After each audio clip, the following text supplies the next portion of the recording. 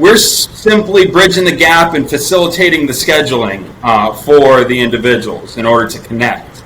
Whereas before you couldn't just reach out to one of these individuals and be like, "Hey, man, would you like to game?" That's something that doesn't happen. Whereas we give them the ability to do that. Now they can stream if they would like on Twitch or Facebook or whatever platform, YouTube, that they want, but it's not a requirement. Welcome to 20-Minute Leaders. Just sit back, relax, and learn from the leaders of today. It's a journey. Each one is different, unique, inspiring. Let's get started.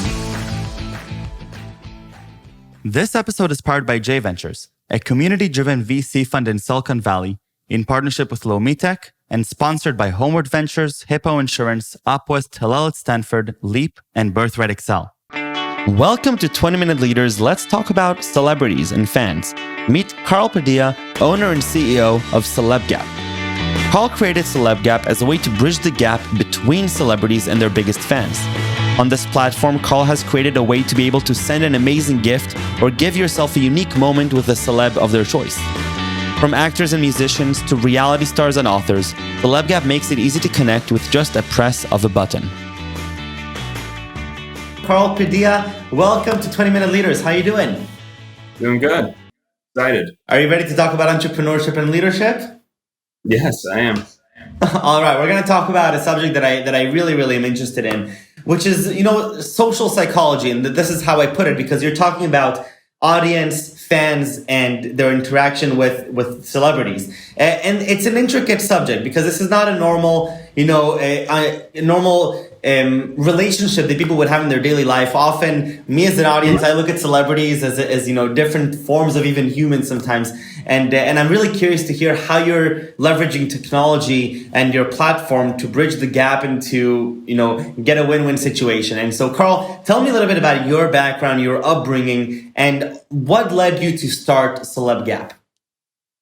Really, my upbringing in my professional career has been mostly in sales and recruitment. That's how I have really kind of built my, my revenue in order to fund this company. But how I really kind of thought of the idea of Celeb Gap is, a while ago I was getting married, and a friend of mine who happened to be a professional golfer was golfing with the music producer of the guy of who works with Thomas Rhett, and I happened to be dancing to Thomas Rhett's song "Die a Happy Man." So the record label that he works with, the guy who owns the record label that works with Thomas Rhett. So he reached out to him, asked him if he could get me something, and on my wedding day, he handed me the gift, and it was in an envelope. I opened it up, and it was a signed headshot of him, and he said, "Hey man, I hope you always remember your first dance, signed Thomas Rhett." Coolest gift by far out of all the gifts that I had gotten. Very cool. Fast forward. But Carl, why was it the coolest gift that you've got? I think that's an important question. That's a good question. So really, I think it was the coolest gift just because the sheer fact of it, the reachability in order to get a hold of someone like Thomas Rhett. I mean, it's not exactly an easy feat to do, as well as, the personalization. Like, we were dancing to Die a Happy Man by Thomas Rhett. And, the fact that he got something so personalized and meaningful for me as a gift, it really blew everyone else out of the water. So, to continue my story, essentially 3 years later, that song came on the radio, Die a Happy Man. And I thought back to that scenario of that gift that he got me. And I got goosebumps because I was just thinking, man, that was such a cool gift. If I wanted to replicate that feeling to give to somebody else, was there an avenue? And, there were for video shout outs, but there wasn't really anything for personalized signed autographs directly from the individual. So what we wanted to do is really build a platform to have all kinds of ways to connect, not only just video shout outs, personalized signed autographs, but now you're going to be able to do scheduled video game sessions, scheduled video calls, any kind of way that you can connect with the individuals, to really bring something that at one point was a once in a lifetime experience, now your fingertips, and really kind of and giving 3 years of goosebumps to somebody else. So I just wanted to replicate that same feeling. So That's where we really came up with the idea, and doing it in an affordable way that didn't take that much money from the individual celebs in order to create in order for us to still be profitable and them to also enjoy the experience. Right. And so strategy-wise, you have to get a hold of the celebrities you're creating a marketplace, right? So obviously, audience like me, I'd love to get an autograph signed by Jerry Seinfeld. Oh my God. But you have to get a hold of Jerry Seinfeld. How do you go about doing that? So I have a big account management team, and what they do essentially is reach out to agencies. We have partnerships and relationships with about 130 different agencies and corporations. That being said, they're in connection with hundreds, if not thousands, of celebrities. So what we have done over the last year is really pitch all the agencies, as well as also reaching out individuals. But we've had more success in reaching when it comes to bulk celebrities, getting a large amount of celebrities and a large amount of reaching out to individual agencies. Which is also built into our platform. We have an agent admin portal for all of them to manage and monitor everything going in and out for those individuals. Right. That's where we've really been focused. But we have also been individually reaching out through their Instagram, emails, DMs, things like that, and scheduling calls. Amazing. So you mentioned to me before we started this call that you're soon launching the next version of the platform. I love learning experiences, and I love learning as an entrepreneur. What you learned from your first version to the second version. What kind of things surprised you, or what did you learn that wasn't so obvious to you that you then decided to go and implement in the second version? So that's a great question. I definitely learned a lot. I learn every single day because either something goes wrong or I have to make sure something gets taken care of. Right. And I learn and we get better from it. We initially built the platform for video shout-outs and personalized signed autographs.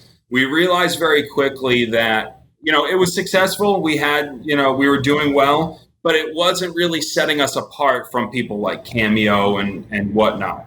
It was really just another Cameo, even though we take 19%, which I believe that they're up at 25 or 30% at this stage. And just having the discounted rate wasn't enough. So what we tried to do was obviously set ourselves apart from everyone else. So we tried to add on a bunch of additional features where when we originally did that, the type of code that we had built, the platform built on, it couldn't withstand the amount of content that it was on it. When I say type of code, I don't know if you come from this kind of a background, but it's almost like a foundation, if that makes sense, of a house. And we were trying to add on 3 or 4 more floors, but the foundation couldn't handle it. So we had to rebuild the entire platform to relaunch it, to have all these additional features. And not only just additional features such as video game sessions and video calls, but people will also be able to follow the profiles, just as you follow an Instagram profile. So when they go live, everyone gets notified. So in order to do this, we realized that the type of code, we had to go back to the drawing board and rebuild it, and in a better way, because if we're going to do this, we're going to do it right the first time. Right. Now, if you had to go back in time and speak to yourself as you're starting out Celeb, but I think that there's an important lesson to be shared here for other entrepreneurs that have these great business ideas. What would you do differently in the planning or strategizing behind the technology stack that you're using, or the development cycles, or the people that you work with in the technology scene, to be able to make those small agile movements as you're learning about what your customers and your celebs actually want? Yeah. So, obviously it's, the saying 20/20 hindsight, but I would definitely take a look at, if I had to go back in time, I would have made sure that the code was, scalable, so that we were able to obviously continue to level up the platform. when it comes to, certain marketing teams that we worked with, I probably would have done a little bit more research. We spent a lot of money on marketing out of the gate when we should have focused that more towards this 2.0 launch. I don't know. There a bunch of little things along the way. One thing I wish we initially did is that we originally had a headquarters, and then COVID came out. And, to be honest, I wish we had everything set up for at-home work from home at that time. But, we had to learn a lot for that kind of a situation. I don't know. There was a lot of things that we learned over the last year that has really made it so that this rollout is going to be a lot better. Is this vision for Celeb Gap, was it always clear amongst your team members? Is this something that you had to work hard to share with them, or was it pretty clear where all of you guys are heading in this ship? So I would say the majority of my team members have really been on board and excited about this entire thing. They feel like they're a part of a family. They really get excited about really the job in general is really fun especially for an account manager on my team. Think about it. You're really associating with really big agencies, and setting up calls with Rock Nation, full screen, having conversations with the WWE, and the MLB and things like that. So everyone, my team has supported the growth. They've supported the time that we've had to take off to rebuild, because any kind of competitive edge just gives them more of a competitive edge to sell the platform to individual agencies and celebs. So I don't know if that answers your question. No, definitely. How do you learn about what people want on your platform? So you launch the platform, you're going to launch 2.0, and you're going to see a bunch of data and a bunch of engagement and a bunch of different weird things. What kind of process do you as a leader put together to sort of either hold yourself accountable for whether you're going on the right track, or whether you've been asking the right questions on what you should be working on? So we've always been open to, different, suggestions. And I think that, change is inevitable, and that's, something you have to work with, especially when it comes to catering to the needs. When we originally launched, we didn't have an agent admin portal for all the agencies. That's something that we built. Some people said they weren't into the video shout outs, but we had Rock Nation told us if we had video games, that would be way more of an interest for them. Tell me a little bit about this video game idea, because that sounds so crazy to me. What is this video game feature? So you're going to be able to schedule video game sessions with celebs. So they're going to lay out the times that they're going to be available, and you're going to be able to purchase them. And they're going to send you the invite at the time you join the lobby, and whatever time frame, whether it be 20, 30, an hour that they're going to set aside for the time, and then whatever price that they deem that it would be worth it for them, that's what they're going to set it up for. And then individuals are going to be purchasing it. And then, let's just say for that week, their schedule's done. Everyone's purchased up the schedule, and then in 2 weeks, they renew it and they put out a new schedule, and they put themselves active. Every single person that follows them is going to be notified that they have a new schedule willing to game, and people can purchase. So just to be clear, you're literally playing video games with the celebs. Correct. So you could, and you don't have to, it isn't something where it's like a Twitch platform where it's going to be streaming. We're simply bridging the gap and facilitating the scheduling for the individuals in order to connect. Whereas before you couldn't just reach out to one of these individuals and be like, "Hey man, would you like to game?" That's something that doesn't happen. Whereas we give them the ability to do that. Now they can stream if they would like on Twitch or Facebook or whatever platform, YouTube, that they want, but it's not a requirement. It's really... I just find it fascinating that this is a core feature that you're talking about, and obviously, it's a changing generation, and there's different, the way that the world works. I'm not a gamer myself, but, when I think of what are the top few things that I would want to the way that I would want to engage with a celebrity of some sort, style, my Jerry Seinfeld, gaming, now it makes sense now when I think about it more critically. But to me, it sounds like it's sort of I may have an older generation inside of me for that. Yeah, well, I mean, it's more of an immersive hanging out that they're going to get. Right. Rather than a video shout out, which is just something that they get, they're not talking back and forth. The individual's just talking into a camera, and whether it's wishing happy birthday or whatever the case may be. And whereas this, you're literally conversating back and forth and hanging out with, your favorite celebrity or whoever it may be, or even just a gaming streamer that you follow. I mean, whoever decides to be on the platform. Why did you decide to be an entrepreneur? Why go on this crazy journey, ups and downs, difficulties, happy moments? Why?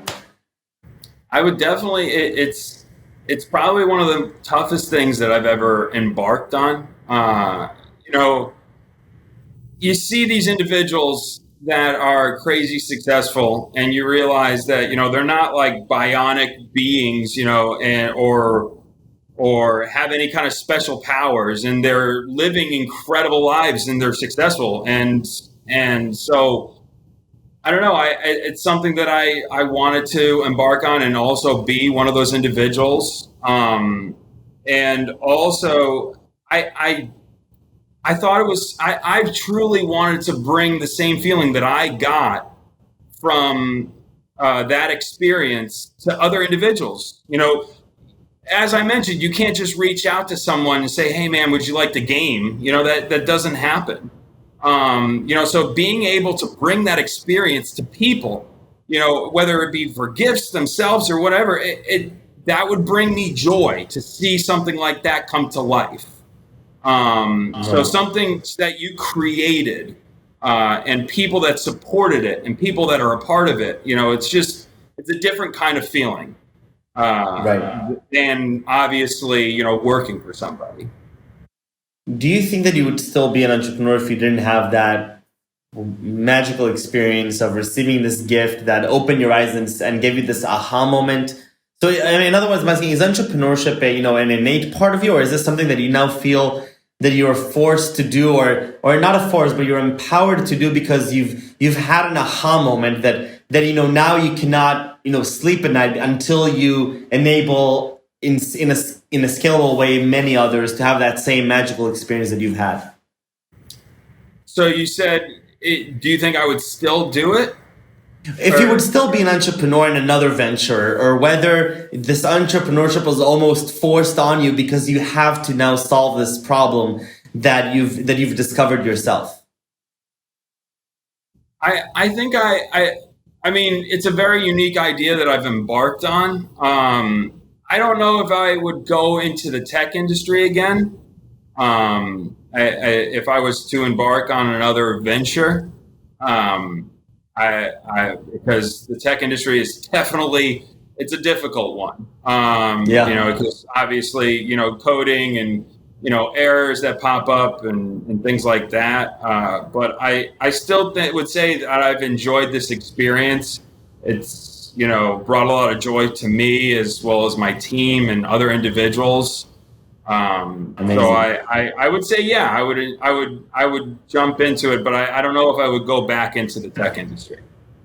I love it. Now, I usually ask people where they gather their inspiration from in their day-to-day, but I think this whole conversation was about, where you've gathered your inspiration from and where sort of your vision lies. But take me back a little bit in time, a lot in time, middle school, elementary school. What really fascinates you as a kid? Where's your head at? What, as you go about middle school, what kind of things excite you or interest you? I gotta be honest. I mean, I didn't become ambitious really at all until, I don't know, end of college.